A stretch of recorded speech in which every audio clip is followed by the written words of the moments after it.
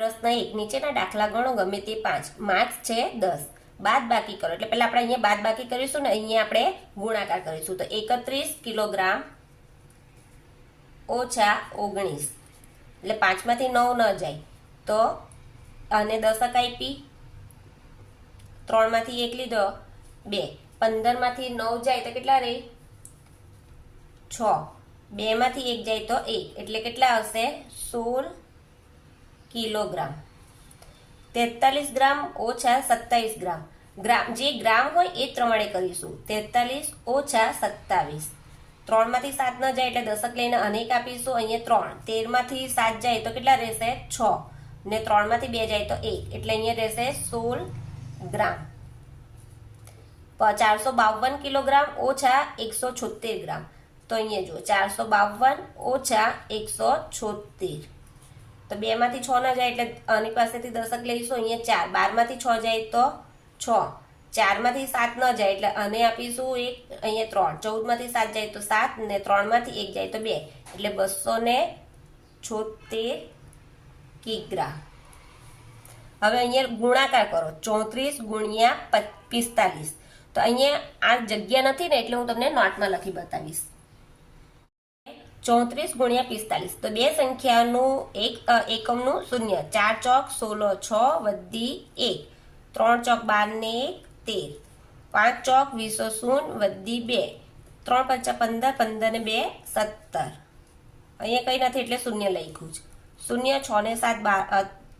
6 ને 7 13 3 વધી 1 3 ને 1 4 ને 1 5 ને 1 એટલે અહીંયા જવાબ આવશે 1530 હવે આ બીજો છે 423 ગુણ્યા 21 તો બે સંખ્યા છે એટલે દશકનું શૂન્ય 42 6 2 2 4 2 4 2 8 3 1 3 2 1 2 ને 4 1 4 અહીંયા કઈ નથી એટલે આપણે શૂન્ય લખ્યું 3 6 ને 2 8 4 ને 4 8 ને 8 એટલે આપણો જવાબ શું આવશે 8883 ત્રીજો છે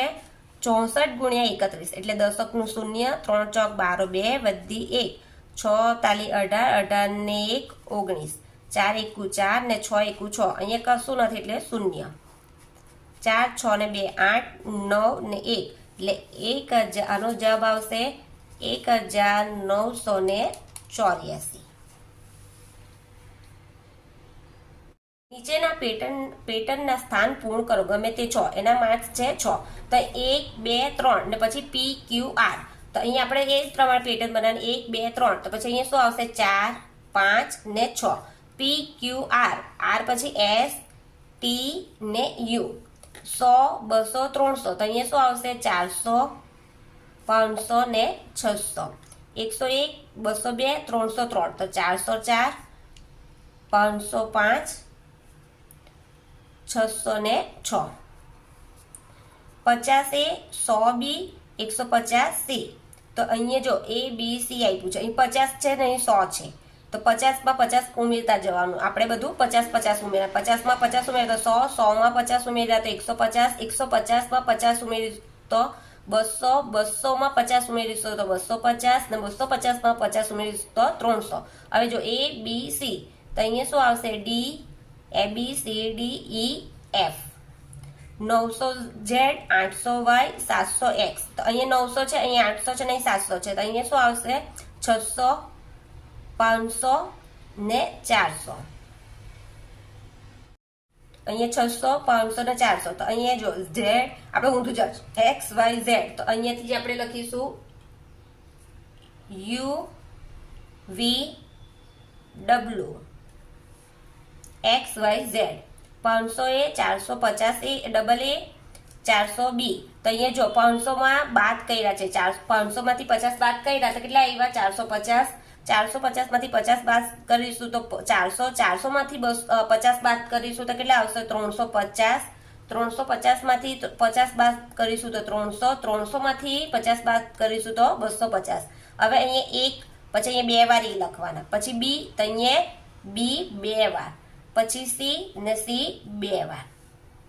આ રીતે પેટર્ન બનશે અહીંયા 270 છે 370 470 તો અહીંયા પણ એ જ કરવાનું પણ આ જો 2 3 4 તો અહીં 5 6 ને 7, પછી અહીંયા શું લખવાના 70,